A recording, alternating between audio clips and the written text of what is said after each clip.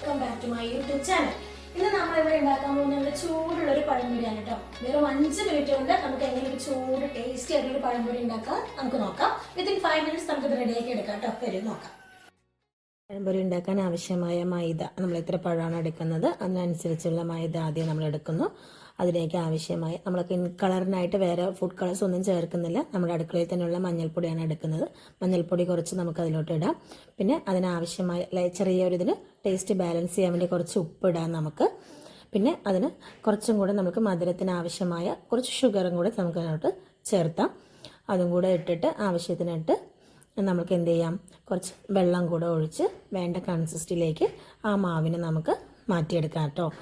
നന്നായിട്ട് സ്പൂൺ വെച്ചിട്ടോ നിങ്ങൾക്ക് കൈ വെച്ചിട്ടാണ് ചെയ്യുന്ന സൗകര്യമെങ്കിൽ നിങ്ങൾക്ക് അങ്ങനെ ചെയ്യാം. അല്ലെങ്കിൽ നന്നായിട്ട് അതൊന്ന് ബ്ലെൻഡ് ചെയ്ത് കൊടുക്കാവുന്നതാണ്. മാവ് കട്ടയൊന്നും ഇല്ലാതെ തരിയൊന്നും ഇല്ലാതെ നന്നായി ബ്ലെൻഡ് ചെയ്ത് അരമണിക്കൂർ റെസ്റ്റ് ചെയ്ത് പോയതാണ് കേട്ടോ. ഇത് നമ്മളെ മാവ് അരമണിക്കൂർ റെസ്റ്റ് ചെയ്യാൻ വെച്ച് അത് ഈ പരുവാവണം കേട്ടോ. ഇങ്ങനെ നമുക്ക് നോക്കുമ്പോൾ ഈ ഒരു കൺസിസ്റ്റ് വേണം. അത് കഴിഞ്ഞ് ഒരു പാൻ അടുപ്പത്ത് വെച്ച് വേണ്ട ഓയിൽ നമുക്ക് ഫ്രൈ ചെയ്യാനുള്ള ഓയിൽ നമ്മൾ അതിലേക്ക് ഒഴിച്ചു കൊടുക്കുന്നു.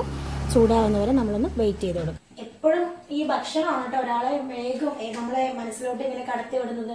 കാരണം എന്താന്ന് പറഞ്ഞാൽ ഭക്ഷണം ടേസ്റ്റി ആയിട്ട് കൊടുത്ത് നമ്മളത് ഇഷ്ടത്തോടെ സെർവ് ചെയ്യുമ്പോൾ അവർ നമ്മൾ ഒരുപാട് എന്നും ഓർക്കും. ഇനിയിപ്പോൾ ഹസ്ബൻഡിനായിക്കോട്ടെ അല്ലെങ്കിൽ ലവർക്കായിക്കോട്ടെ മക്കൾക്കായിക്കോട്ടെ നമ്മൾ ഉണ്ടാക്കി കൊടുക്കുന്ന ഭക്ഷണമാണ് അവരുടെ നമ്മളെ ഏറ്റവും നല്ല ഓർമ്മ എന്ന് പറയുന്നത്. വീട്ടിൽ പോയി ഹോസ്റ്റലിലൊക്കെ നിൽക്കുന്ന കുട്ടികൾ പറയും അമ്മയുടെ ഭക്ഷണം മിസ് ചെയ്യുന്നു. പുറത്ത് നിൽക്കുന്ന ഹസ്ബൻഡ് പറയും ഭാര്യയുടെ ഭക്ഷണം അമ്മയുടെ ഭക്ഷണം മിസ് ചെയ്യുന്നു. എന്തുകൊണ്ടാണ്? ആ ഭാര്യയും അമ്മയും എല്ലാം അവർക്ക് എന്ത് ചെയ്യുന്നു, സ്നേഹത്തോടെ ഫുഡ് ഉണ്ടാക്കി കൊടുക്കുന്നു. അപ്പൊ സ്നേഹത്തോടെയും ഇഷ്ടത്തോടെയും ഉണ്ടാക്കുന്ന ഫുഡിന് ഇപ്പോഴും ഒരു ടേസ്റ്റ് കൂടുതലാണ് കേട്ടോ. അപ്പൊ നമ്മൾ എന്തുണ്ടാക്കുമ്പോഴും ഇഷ്ടത്തോടെ ഉണ്ടാക്കുക. കഷ്ടപ്പെട്ട ഫുഡ് ഉണ്ടാക്കാതിരിക്കുകയാണെങ്കിൽ നമ്മൾ പുറത്തുനിന്ന് വാങ്ങി കഴിക്കുക. ഇഷ്ടത്തോടെ നമ്മൾ ഉണ്ടാക്കുമ്പോൾ അതിനെല്ലാത്തിനും ടേസ്റ്റ് കൂടുതലാണ്. ഇനി മീഡിയം വലുപ്പത്തിൽ കട്ട് ചെയ്ത് വെച്ചിരിക്കുന്ന 2 നേന്ത്രപ്പഴമാണ് ഞാൻ എടുത്തിരിക്കുന്നത്. നമുക്കിത് മാവിൽ നന്നായി ഡിപ്പ് ചെയ്തിട്ട് ചൂടായിരിക്കുന്ന ആ ഓയിലിലേക്ക് നമുക്ക് ഇട്ട് കൊടുക്കാം കേട്ടോ.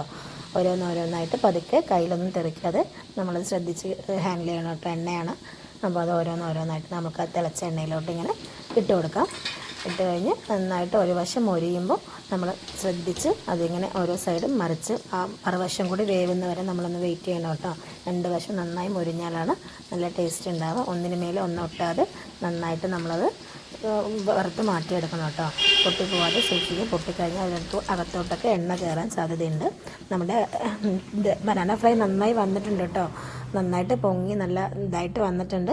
നമ്മൾക്ക് ഏകദേശം തട്ടുകടയിലൊക്കെ കിട്ടുന്ന അതേ പരുവത്തിലാണ് കേട്ടോ അതൊക്കെ കിട്ടുന്നത്. നന്നായിട്ടുണ്ട്, കാണാൻ നന്നായി പൊങ്ങി വരുന്നുണ്ട്. 2 സൈഡും നന്നായിട്ട് മുരിഞ്ഞ് ക്രിസ്പി ആയിട്ട് വരുന്നുണ്ട് കേട്ടോ. അങ്ങനെ വരുമ്പോൾ നമുക്കിത് കോരി മാറ്റാവുന്നതാണ്. കോരി മാറ്റി ദേ നോക്കൂ, കലകലാന്ന് സൗണ്ടുള്ള നല്ല ക്രിഞ്ചി ആയിട്ടുള്ള പഴംപൊരി നമുക്കിവിടെ റെഡി ആയിട്ടുണ്ട് കേട്ടോ. നല്ല ടേസ്റ്റാണ്, നല്ല മധുരമാണ്, നല്ല വേറെ ഒരു പ്രിസർവേറ്റീവ്സ് ഒന്നും തന്നെ ഇതിനകത്ത് ആഡ് ചെയ്തിട്ടില്ല. അൺഹെൽത്തി ആയതൊന്നും ഇതിനകത്ത് നമ്മൾ ആഡ് ചെയ്തിട്ടില്ല കേട്ടോ. അതുകൊണ്ട് കുട്ടികൾക്കൊക്കെ നമുക്ക് വിശ്വസിച്ച് കൊടുക്കാം കേട്ടോ. നല്ലതാണ്. ഓക്കെ ബൈ ഗൈസ്, നമുക്ക് അടുത്ത വീഡിയോയിൽ കാണാം.